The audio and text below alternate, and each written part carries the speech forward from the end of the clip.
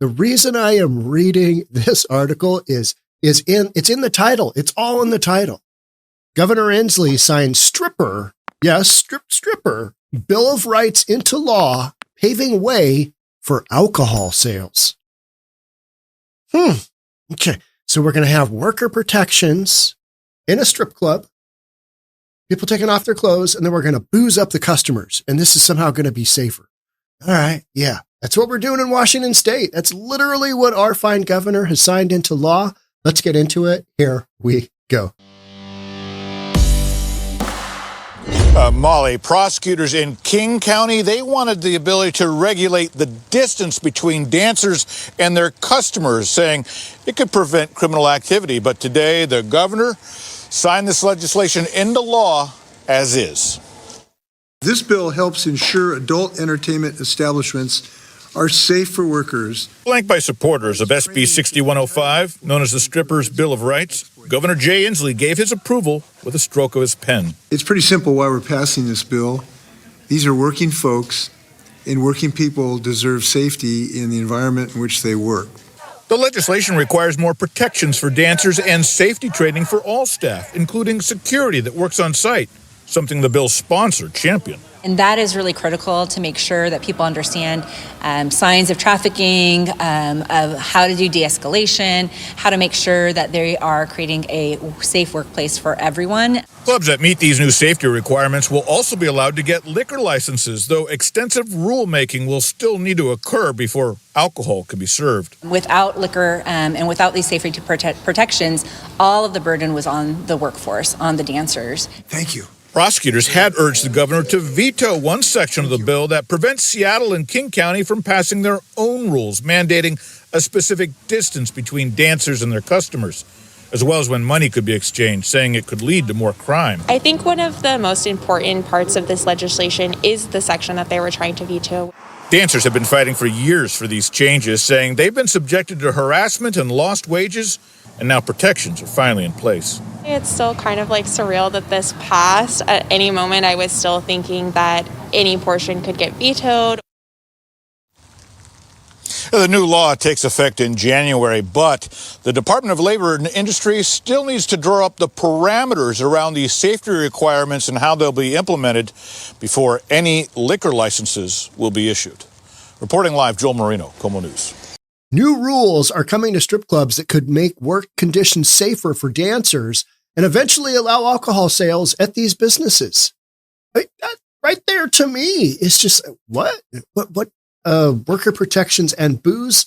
Every other industry, work, booze, separated because it's a bad idea. It's a terrible idea. Drinking and driving, terrible idea. But somehow stripping and boozing, this should work out fine. This will be good. All right, we can sell this. Governor Jay Inslee signed state bill, whatever it is, 6105 into law on Monday. The legislation was sponsored by Senator 𝗥𝗘𝗠𝗜𝗨𝗠. We'll get to see her later. And it requires a series of worker protections for dancers. All right. Worker protections for dancers. All right. Okay. Eliminates lewd conduct rules for establishments that serve alcohol. Eliminates, does not create, eliminates. Get those out of here. Distance between customers? Yeah. But you can't have any funny business, but we're going to eliminate, the whole thing is just right from the get-go. You're all right. What's the point of this bill? Okay. Get booze into strip clubs because they're taking too much of a chunk from the strippers, nightly, daily, whatever. They're charging them too much. They're independent contractors. They got to, pay $150. It takes a big chunk out of their work day of, showing the goods because they're workers and they need to have protections. This also creates a path for adult entertainment businesses to get liquor licenses. So, okay. Yeah. I'm still stumped on, what we've got. I understand what we've got going on here, but how can you legitimately, why don't we just say, hey, strip clubs are not economically viable without booze in them? And then I'd be like, okay, all right. So you're going to give places where horned up men are going to be watching women take their clothes off and perform various whatever antics to, keep the horned up, now boozed up, potentially wildly boozed up patrons, I'm sure that's going to work out fine. It'll work out fine. It'll just be good, right? Washington State is the only state in the United States that does not allow alcohol in its strip clubs. Huh. Yeah. How is that possible? Portland. I haven't been to a strip club in Portland. I understand strip clubs in Portland, and that's one thing that we really haven't covered enough of because, yeah, we just don't really cover strip clubs. Yeah, that whole thing. It's not my thing, and it's quite frankly, it's not reasonable. It does. If you're into strip clubs, hey, more power to you. If that's your thing, okay. Not something that I'm into. I've been to a handful of strip clubs. I think 4. I was trying to count for this podcast how many I've been to. 2 when I just turned 18. Novelty wore off. Boom, done. Yeah, we're going to grow up. We're going to be adulting in a few years here, so we're not going to do that. Once with my wife and her sister and brother-in-law. It was a family strip club affair. It was the Girls of Glitter Gulch in Las Vegas, and that was probably literally 25 years ago. And then another time after coming, another friend's wife said, hey, we got to go to a strip club. We were walking past a strip club after a Jane's Addiction concert. And, happy wife, happy life kind of thing, I guess, ish. So 50% of my strip club activities have been because of women in my life. What are you going to do? What are you going to do? Right. But this whole concept here, this idea that we're going to set up some safety protocols for the ladies in this State Bill 6105, there is no mention of male genitalia in the safety recommendations or whatever there. None. It's just it calls out only women's body parts. I think that's sexist. And we should look into that. I think that is not, DEI is not being applied there. It's not inclusive. If you don't have inclusive language, then what are we even doing? Let's watch a little video. Let's watch. Now, I know you're going to have to grit your teeth and watch this, but it's what we're doing. All right, let's watch a little video. This is what I'm working with in my state, people. You need to pray for me, right? And everybody else that's in Washington State. This is what we're working with. What's going on here? What do we got going on there? I'm just asking for a friend, right? Okay. Yeah, this is literally, this does not look like a group of strippers. No, random couple of dudes back here. Their wives or their girlfriends must have made them go. I mean, what guy is going to, go for that other than Jay Inslee? All right, let's keep going. That's comforting. All right, they're going to get some protocol in place. They're gonna get some stuff going on that it's just going to make this a better experience. This is Washington State. We have got a crazy fentanyl problem. We have got a crazy homeless problem. We have got crime just going crazy. Seattle's got crime. We've got human trafficking. We've got sex trafficking. We've got a known Aurora Avenue North in Seattle that is just hooker city all day long. Maybe I'm not supposed to say hooker, prostitute, lady of the evening, whatever you want to call it. We've got these issues that are just known stated quantities. I don't see any of those folks getting protections. I don't really see this having it's going to have a positive impact somewhat from the standpoint of having, hey, you're going to bring bouncers in. Okay, I'm all right with that. You didn't have to have bouncers at a strip club prior to this? I mean, it just sounds like a recipe for disaster. Has anybody seen the new Roadhouse? Yeah, it's terrible. Other than Jake, however you pronounce his last name, that guy is shredded for that movie. That guy is just not gay, but that guy he got in shape for that movie. And the original Roadhouse was way, way better. But I'm a Roadhouse fan. It's a great movie, just a great movie.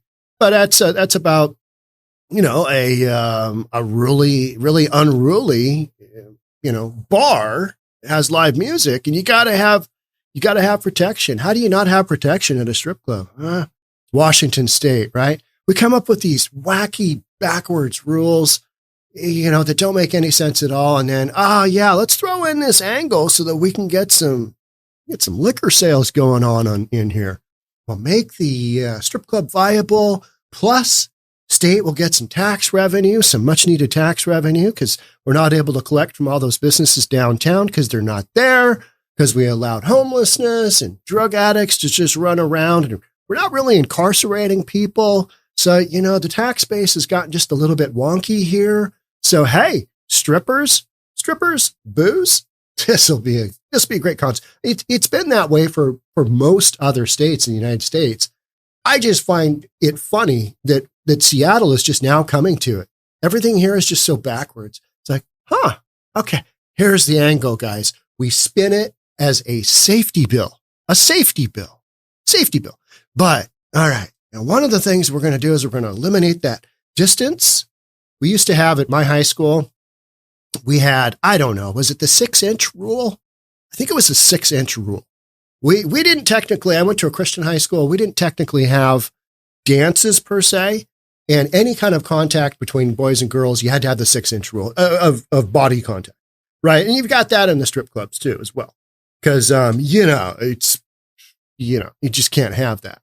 We've eliminated that, but there's wording that says, no funny business, no shenanigans here. We can't have that. We're going to focus on the safety. We're going to focus on this. We're going to focus on that. Then we're going to slip in. But this article, clearly written by Cuomo, who's conservative, the title says it all. Strippers' Bill of Rights into law, paving way for alcohol sales. Okay. All right. Okay. All right. Yeah, it's what we're working with here, right? It's what we're working with here. With so many other things in our world, specifically here in the Pacific Northwest. I mean, we had CHOP, where 2 black kids got murdered. Yeah, but we're working on strippers, and we've only got a handful. We don't have a strip club game like Washington doesn't have a strip club game like Oregon or any other state. We've got very few strip clubs. Just, I don't know why. Mainly because prostitution just wide open. I mean, literally 15-minute drive from here. You literally sit in your car and you will be, there's ladies of the evening all around you, and they'll come up and they'll knock on your door. I mean, it's, you don't have to go to them. They come to you. It's just, the whole thing is just crazy. So like Governor Inslee said, it's pretty simple why we're passing this bill. Yeah. Cause you need the revenue from the booze, right? Cause booze, ladies, work with me here. All right. Your job is to take off your clothes for strange, perverted men, right? That's your job. Now, throw in booze in there. Do you feel more comfortable? No. In no world does anybody feel comfortable dealing with another human being under the influence of anything, let alone just now they can just sit and watch it and drink up, And then we spin it, which is normal in other states, but we're spinning this as, well, the safety protocols. So here's from my fine governor. It's pretty simple why we're passing this bill. These are working folks, and working people deserve safety in the environment in which they work, the governor said. Okay, all right. But is serving the patrons booze as part of this package? Is that really what's going on here? Yeah, no, it's just some virtue signaling, and we're trying to because we're Washington State, we're so progressive. Progress is bringing booze to the guys I talked about earlier. In preparing for this podcast, no, I did not go to a strip club. No, I did the next best thing. I called my buddy who owns 2 sports bars, Dan Flitch. And I said, now, work me through why a guy in 2024 with all the porn you need on the internet, allegedly, right? All the porn on the internet, why in 2024 are strip clubs still a thing? And he's like, some guys just need to go in there and see it firsthand and have that experience. I'm like, okay, so you're going to see a girl that does that for a living, might work on the side, most likely works on the side as, providing additional services. There's another bundle of services that she offers that are, maybe in that back room, but more importantly, probably after hours. I don't know. And then you've got the whole OnlyFans thing now, right? You have private membership and you watch your girl and it's over the computer and, you know, you're not having to go into a club and spend a lot of money. Why are strip clubs still a thing? We never really got to the answer to that, other than people want to do what they want to do. And some guys, that's just their thing, is to exert their authority over girls taking their clothes off. Hey, what are we doing? I don't know. So Governor Inslee explained that. Saldana said the training requirements will be comprehensive. Oh, thank good. I was worried there. You're going to serve booze without comprehensive training requirements? Man, that would have been a shocker. That is really critical to make sure people understand signs of trafficking, how to do de-escalation. All right. So these folks are going to be trained in de-escalation. Okay. How much de-escalation are you going to have to do more now that you're adding booze in there? Don't talk about that. Don't go there. How to make sure they are creating a safe place for everyone. Strip clubs inherently are not safe for women. Period. Anybody else wants to say they are? I really disagree. It's and maybe it's not on the premises physical, but you hear those stories all the time. And it's just inherently, you've got built into this profession a certain level of danger and safety issues for the females because they are the smaller sex, right? I don't care what you say. Did you guys hear about, we just had a brand new Planet Fitness go in Bellevue. They took over Crunch Fitness, where I used to be a member. Planet Fitness, they got all the purple equipment. And there was a lady in Alaska who walked into her locker room in Planet Fitness, and off in the corner was a 12-year-old young lady. She was wearing a towel. She'd just gotten out of the shower. And at the sinks was a dude, a full-on dude who was shaving. The patron, the lady, and I'm guessing she's in her 60s. I don't know. She said, yeah, I reported this to the front desk, and effectively they canceled her membership because guys shaving in the women's locker room in Alaska at Planet Fitness is okay. That's all right. That's okay. Nowhere should that be a thing. You know, people are going to the gym to try and get healthy. They go in there and some dude's shaving. And he looked, you know, he wasn't even pretending that he was a woman. He's a straight up dude. You know, he's a guy. So, you know, it's one of those things where that's threatening, right? Because men are bigger, stronger, women, not so much. That's just how it is. There's no way you can get around that, right? So it's really critical to make sure people understand signs of trafficking. Okay. So that's another thing. You got so much trafficking going on now. I mean, you're seeing signs of that all around you. And we've got it just wildly open here in Seattle. I mean, it is literally on the streets, on the sidewalks, Highway 99, 105th through, call it 145th. That's 40 blocks. That's over 3 miles of stretch where you've got the opportunity, peel off. I'll take her. You got to negotiate, obviously, but clubs that meet these new safety requirements will also be eligible to get liquor licenses. However, extensive rulemaking around the safety elements still need to be occurred by these Department of Labor and Industries. How many chuckles are these guys having? Right? I mean, they're like, okay, here's what we're working on. Somebody sold it to them with a straight face. And then our legislature and our, you know, governor was like, guys, good. This good for the workers, good for the dancers. Yeah. Booze up the patrons. It should be fine. Give them some protocol, give them some safety requirements. It's all good. You know, what could go wrong? That's the bottom line here. And that's right in the title of this podcast. It's like, okay, you got this and that. Okay. So all of the burden was on the workforce, on the dancers, Saldana said. It wasn't viable and it wasn't sustainable. Without booze, these strip clubs are not financially feasible, right? So they've been taking the big cut out of what the dancers, you know, $150. They charge the dancers for basically an independent contractor opportunity to work the stage, work the pole. Do you ever think about how much bacteria is on those poles?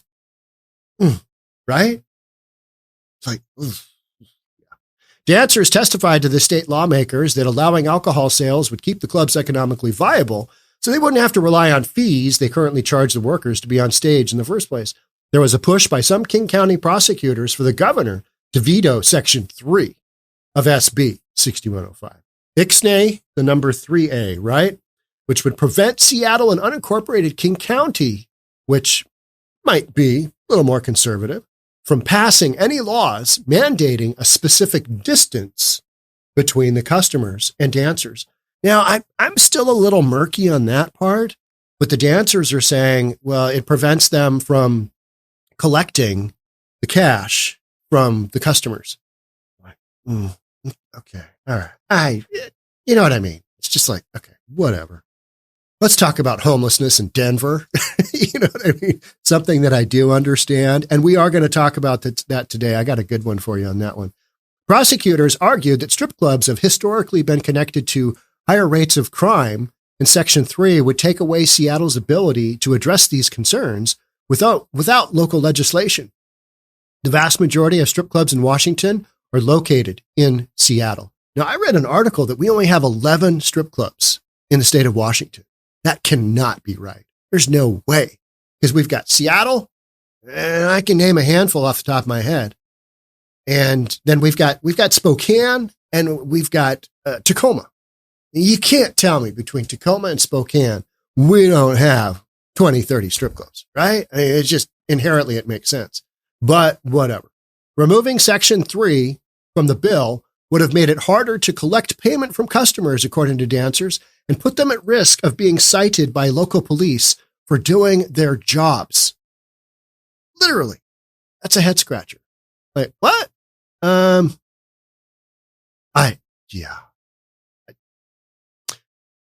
Right. You're just kind of left with, all right. Okay.